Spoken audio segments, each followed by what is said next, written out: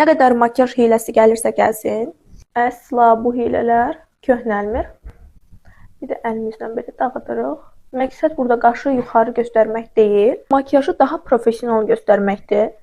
Dodaq kənarlarında həm makyajınıza professional toxunuş göstərəcək, həm də dodağınızı daha dolğun göstərəcək. Xüsusilə də şəkillərdə baxsaq, kənara daşan dodaq karandaşı üzünüzü daha üzgün göstərir.